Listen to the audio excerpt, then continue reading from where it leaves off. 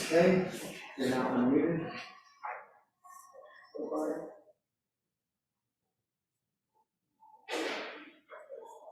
Thank you all for coming here this evening. It is now 6:05 for the public hearing for the Popular Hudson project.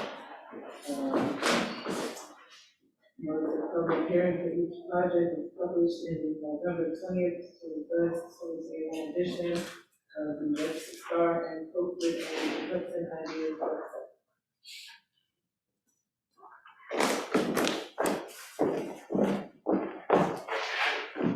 For the benefit of the public, both in the room and online, I'm going to speak over here in front of the camera and microphone.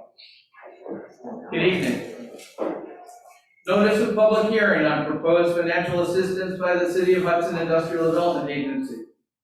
Notice is hereby given that a public hearing pursuant to Section 859A of the General Municipal Law will be held by the City of Hudson Industrial Development Agency, the agency, on the 30th day of November 2021 at 6 p.m. local time at the Hudson Area Library, 51 North 5th Street, Hudson, New York, 12534, regarding the consideration of the proposed financial assistance by the agency in connection with a proposed Pocketbook Hudson project at 549 Washington Street in the City of Hudson, described below. PBF Hudson LLC, the company, has presented a verified application on file with the agency dated September 28, 2021, together with an economic and fiscal analysis and impact report prepared by Comoyne Associates, dated October 19, 2021. The application requesting the agency's assistance with the reconstruction, renovation, and equipment of existing four-story former mill building and auxiliary building totaling approximately 69,800 square feet for use as a mixed-use commercial space, including a 40-room hotel, restaurant, bar, office space, wellness center, and art space. The project consisting of A, the acquisition by the agency of the title to or a leasehold or other interest in an approximately 1.068 acre site with existing improvements at 549 Washington Street, Hudson, New York.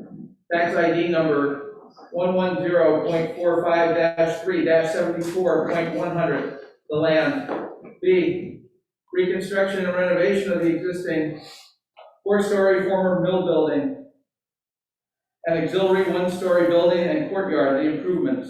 And C, the acquisition and installation in and around the improvements of certain machinery, equipment, and other items of tangible personal property, the equipment, and collectively with the land and improvements, the facility, with an estimated total cost of $25,648,377 project costs.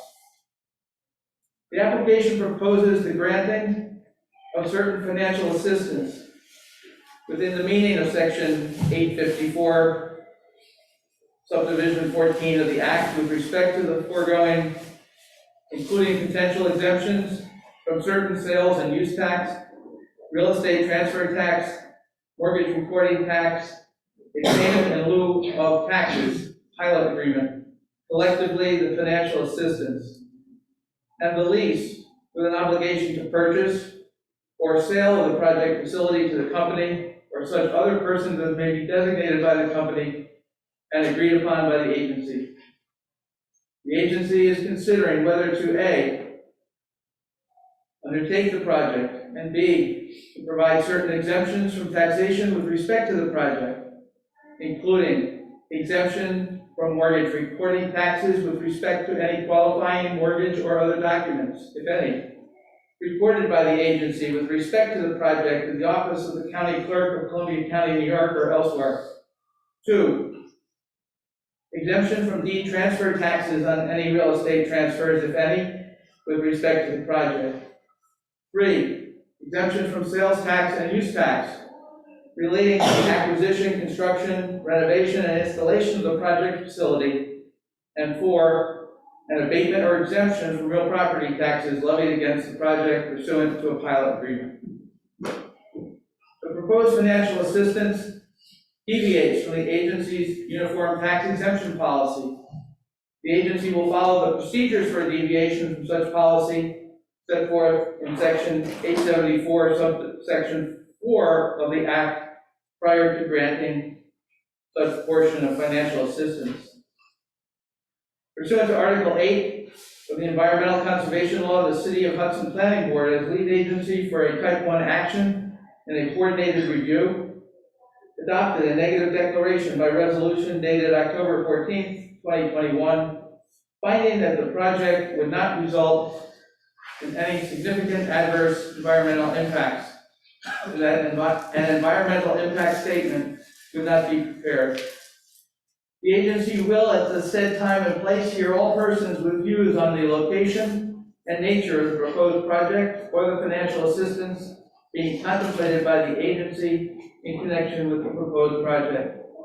Written comments may be submitted to the hearing to M. Tucker at columbiaedc.com. Interested persons may also participate via a Zoom link that has been posted on the agency's website and the City of Hudson's meeting calendar. Persons desiring to comment via Zoom should register by name, email, or phone number by sending an email to mtucker at columbiaedc, referencing the Pocketbook Factory public hearing. A copy of the application filed by the company with the agency with respect to the project is available for public inspection during business hours at the Office of Columbia Economic Development, the agency's administrator, at 1 Hudson Avenue, Suite 301, Hudson, New York, and copy is available with all documents submitted by the company on the agency's website. The agency will present information at such hearing on the proposed financial assistance, including cost-benefit analysis for the proposed project. A copy of the analysis will be available for 10 days, has been available for 10 days prior to the hearing. A transcript or summary report of the hearing will be made available to members of the agency in addition to the Zoom recording. This notice dated November 10th, 2021, City of Hudson Industrial Development Agency, Tiffany Baraga, Chair.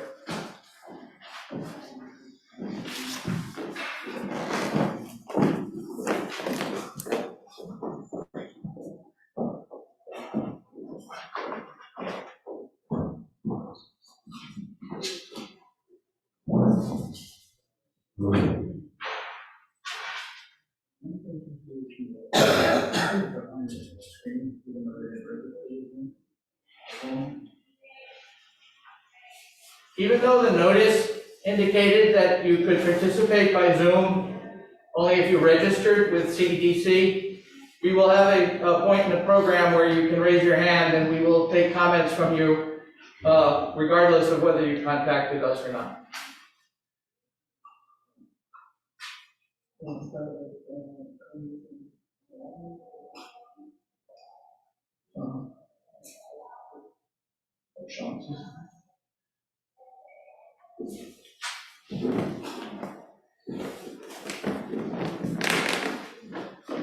Hi, members of the board and public. I'm Sean Rowland. I am one of the owners and developers of the project, and I've had the opportunity to present the project to the board a couple times, but for the benefit of members of the public, I just wanted to take one quick moment and just run through the goals of the project for us, just to help inform and frame the conversation. There's 5 of them. So the first is to restore a national historic landmark and important building in kind of the urban fabric and history of Hudson, and bring it back to life, bring it back onto tax rolls. To build a economically sustainable venture so that we can continue far into the future as the stewards and owners of this building. Create positive economic and social impacts for residents and for the municipality, and to do that through job creation, workforce development, and supporting other local businesses and organizations.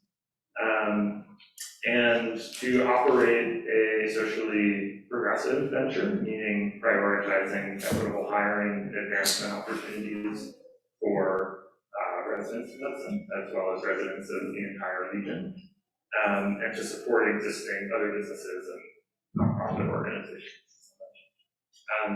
That's all I wanted to say, and looking forward to hearing from members of the public.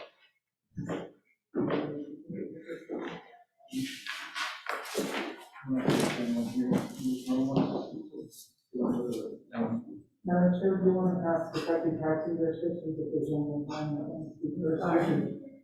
Usually we would ask only representatives of effective taxes or restrictions if they have comments to make sure we get to them. We'd start with that and then start with people who signed up in the room. Are there any representatives here from the city, county, and district? Like the speak first. Okay, now we'll start with members here that will begin to speak while we wait to see any hands raised on the Senate. So you go first. Lisa?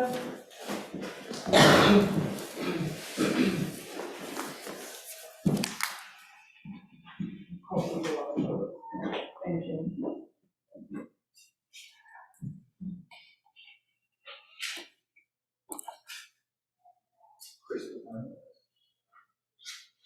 Crystal Hine. Hi, Crystal Hines. I am a resident of the Fifth Ward, live up the hill from Oakdale Pond, which is kind of in the neighborhood of where this project is proposed.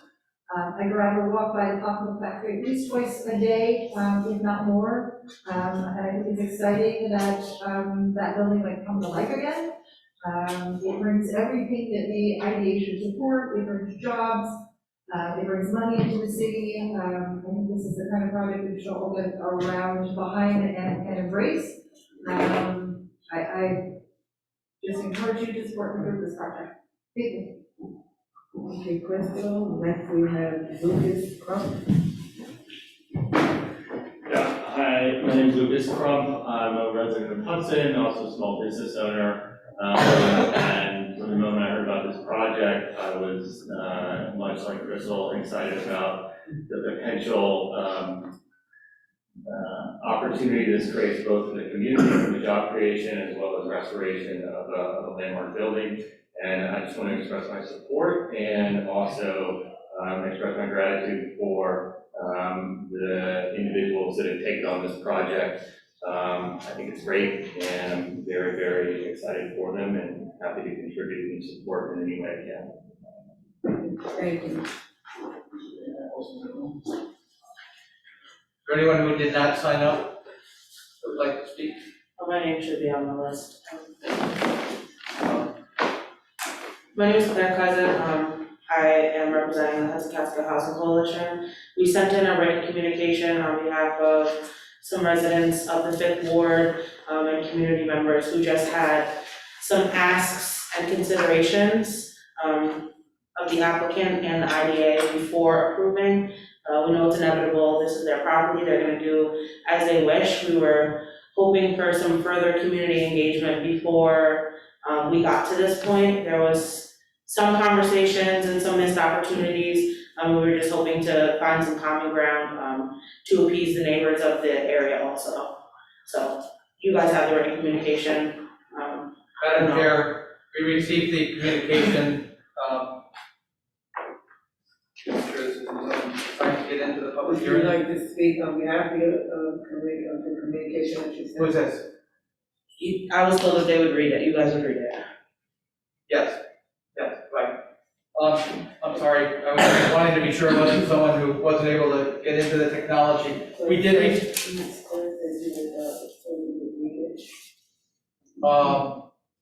you can read it. I don't have a copy of it. Here, we can be happy. That's fine. It's not, what I did, we received this afternoon, and we distributed it to each of the IDA members by email as well. They have it to review as part of, and it will become part of the record. Is that the wrong one? Okay, so the one that you guys have a copy of is actually, we sent an updated version that is asking for compromises instead of demands. Thank you. That's the updated one? Yep. That's what I had pulled the, other one. So again, I want to reiterate, this is on behalf of other constituents of the Fifth Ward, and community members together. I'm losing my voice, pardon me. This set of commitments was drafted by a group of Hudson residents over the last several months in anticipation of welcoming the Pocketbook Factory project to Hudson. This list represents what we hope will be a successful community benefits agreement to ensure reciprocity for city residents in exchange for a favorable response to the PBF's pilot application.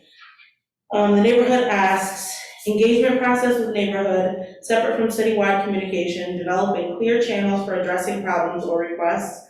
This includes clear communication to neighbors, not digital, about construction schedule, any anticipated inconveniences. Examples are traffic, noise, dust, roadblocks, can be outlined and communicated to neighbors. Problems will be resolved through a formal community accountability system, a community advisory board of 5 to 7 longtime residents of the adjacent blocks, commitments to minimize other changes or impacts in the neighborhood, including withdrawal from parking lot plans across the street. The hotel should not become a driver for other adjacent changes. This includes the area across the street. The hotel will commit to preserving the existing neighborhood and/or will campaign for a full environment assessment of toxic dumping, known as asbestos issues near 7th Street lot. Sound limits, I'll give you a copy because I didn't think that they CC'd you on this. Help instituting a residential parking permit system. The next is use of space asks, a limit on number of large events given the foot, car, catering, traffic impact in residential neighborhoods. Tenant applications for retail spaces also go through PBF Community Advisory Board.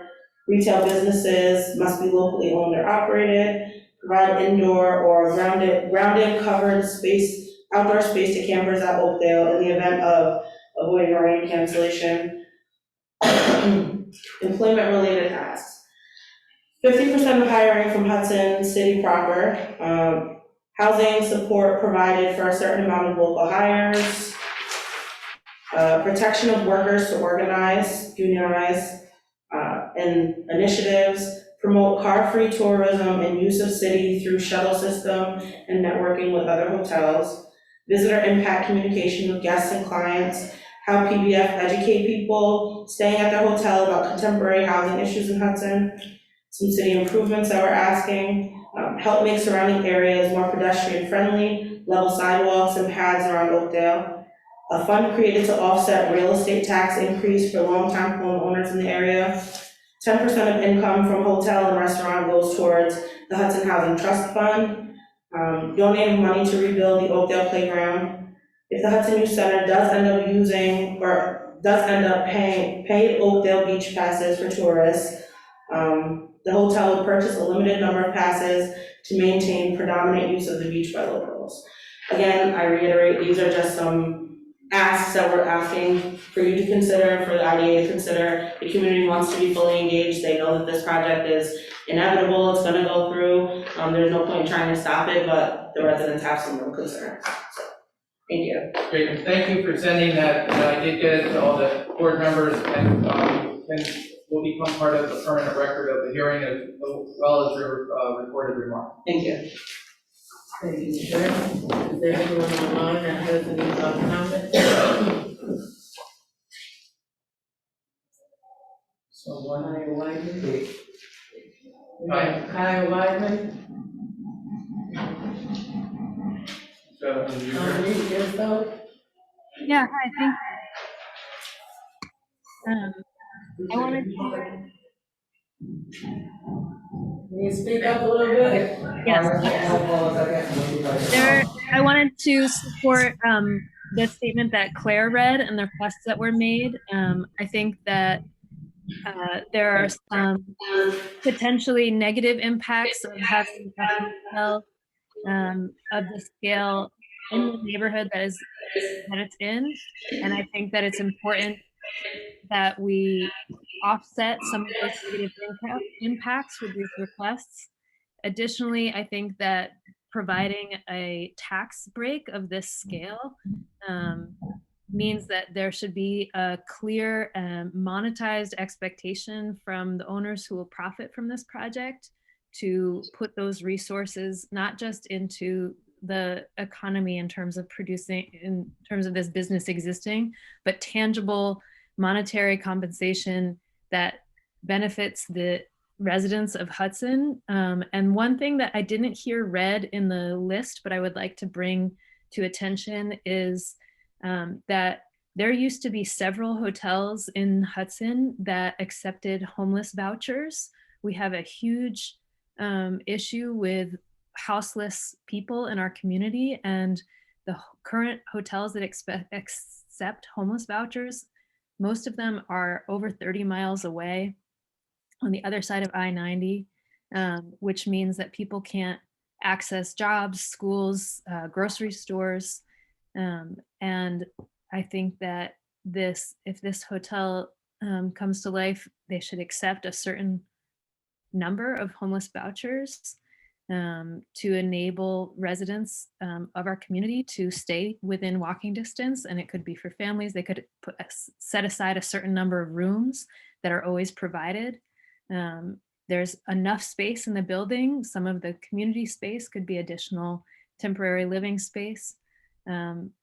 Obviously, we don't want to continue to depend on the idea that there will always be houseless people. We want people to have permanent housing, but I think that could be at least a part of the way to address the ways in which this huge project will impact the housing market in the neighborhood and increase costs of living, which causes more pressure on folks who are living on low incomes and can push people over the edge to houselessness. Additionally, I have heard concerns from residents in the neighborhood about their taxes going up, their property taxes going up because of the value of this project increasing the market value of houses in the neighborhood. And I think there should be some thought and attention and money that goes into helping to offset the increase in taxes, specifically for longtime families and elders in the neighborhood who have lived there for decades, who are would be threatened to be pushed out if their property taxes go up anymore.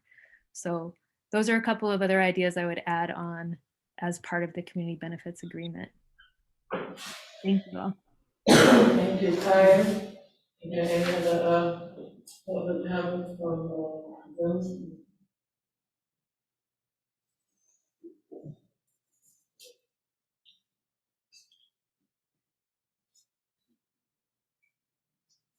Is there anyone else who wants to raise their hand? There's one, I saw. Susan? Hi. Hi, everyone.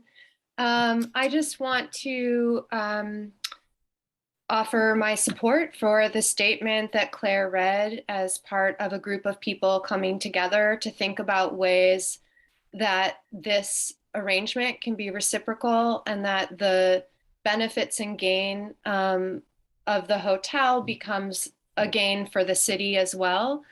And I want to also just co-sign on those additional items that Kaya mentioned in terms of using the hotel to support unhoused residents instead of further displacing residents. So just a statement in favor of what's been already said. Thank you. Thank you. Any other comments? That's the full screen of people. It's 25 participants, so yeah, Yeah. 5 by 5. Any comments from anyone else? Okay. Margaret, right, we've got one. Margaret Morris. Yes, I read all of the documents relating to this project. One of them that really interested me was a document relating to workforce training. And I wondered if the applicant could speak a little bit more about that training. It looked very interesting to me, and I would like to hear more about that because it seems to me that this project has potential for actually improving employment situation within the city, and I would like to hear more about that if the applicant is willing to speak on that subject. Margaret, this is a public hearing, so we're just here to listen to the public. You can reach out to Mike Tucker in the morning. Understood, but I would like the public, as they look through those documents, to look at the document relating to training, because I think that it is a very positive endeavor, and I think it's something that we should be looking at, and we do not have enough development and workforce training in some of our initiatives, and that to me was a very appealing aspect of this project. Thank you, Margaret.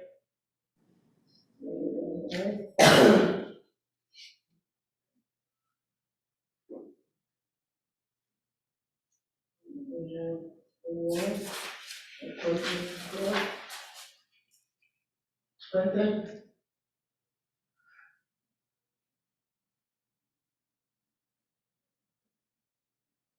Quentin Cross?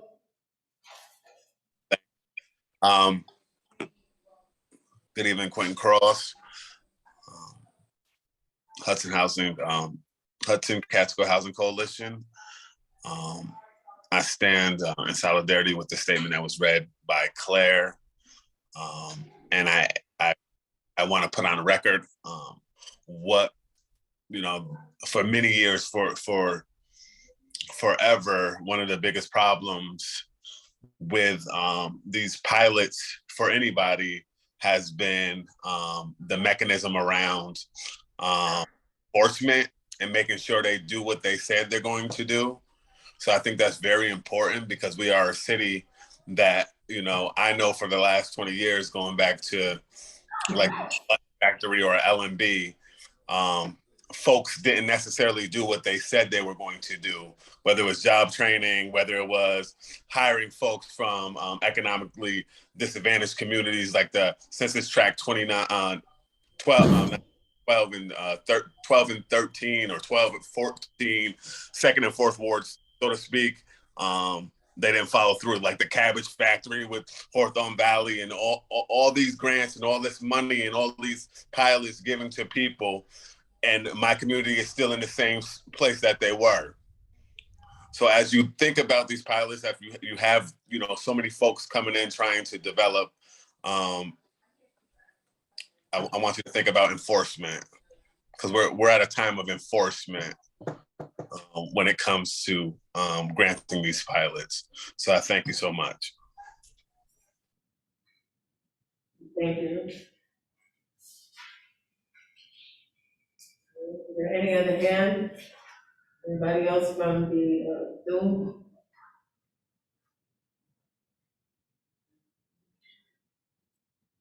Put your camera on and wave if you want to say something.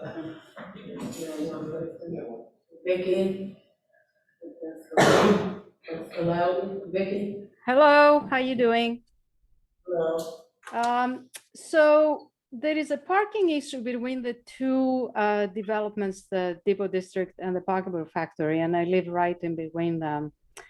And I was wondering if the Pocketbook Factory can start showing preference of employment of the people of the Depot District that they do apply for jobs, because that's going to really help us tremendously if it becomes more of a community. People that live around the block, they just walk to the Pocketbook Factory and they can do their jobs without having to use extra cars, So I would like to bring that to their attention. Thank you very much, Vicky. Thank you. Can I make a comment? I think that Claire, can you state your name, please? Claire Cousin again. I just wanna have the applicant understand that the community is really trying to make this a community project. They're, like was just stated by Vicky, a block away, they're building affordable housing and market rate housing. If people come into the community and we're embracing them and we're asking them to embrace us back, I don't think that any of the asks or concerns brought up are harsh. I don't think that they're difficult to make happen. And as Quinn stated, there's a damage been done in our community. People come in and ask for tax breaks and don't live up to what they said they were gonna do. They make promises to the community, both on the record and off the record, and then the community is left to figure out how to remain while new projects come in, take up space, and don't hold up their end of the bargain. So I think that you have the most receptive stage that I've seen of a hotel project coming into the community where the people actually want to work with you and be engaged, work with the applicant, be engaged. And I really hope that the applicant takes advantage of this opportunity. Thank you, Claire. Vicky has another comment or is there any other comments from the public?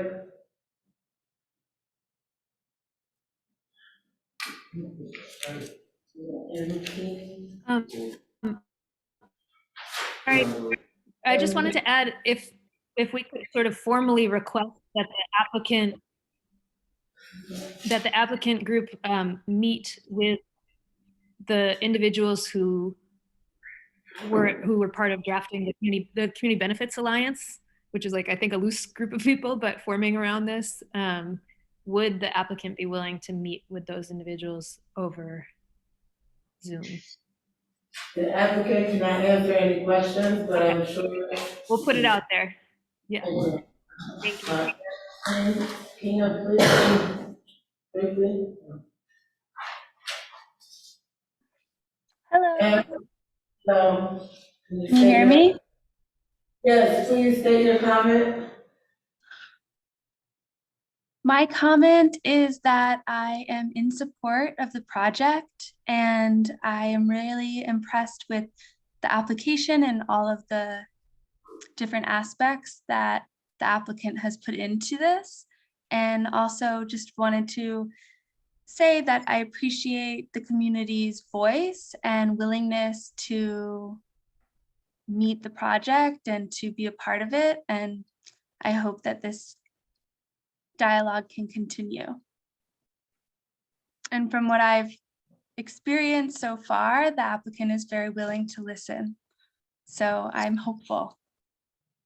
Thank you. Thank you. Is there anyone else from the public on Zoom? Any other comments?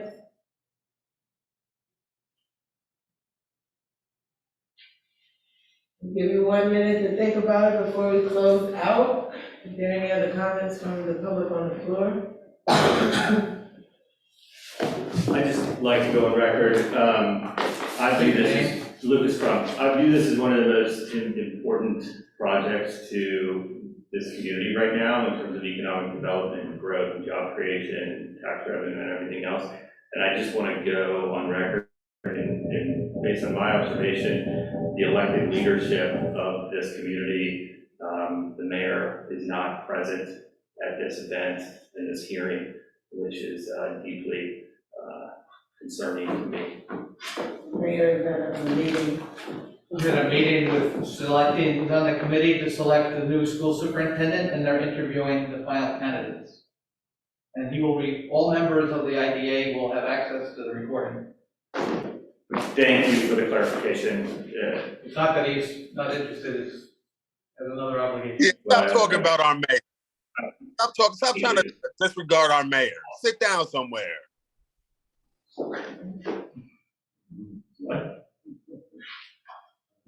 With someone making their own comment. Are there any other comments? Are those hands still up? Or they? I don't think they're on there. If there aren't any other comments from the public, I will ask the board for a motion to adjourn. Who wants to close the hearing? Excuse me. I'm sorry. Motion to close the hearing. I'll make that motion. Motion to close the hearing. I'll second. Thank you. Now we have a motion to adjourn, please. So moved. Thank you. All in favor? Aye. Any opposed? Okay, this meeting is now adjourned at 6:40. Thank you.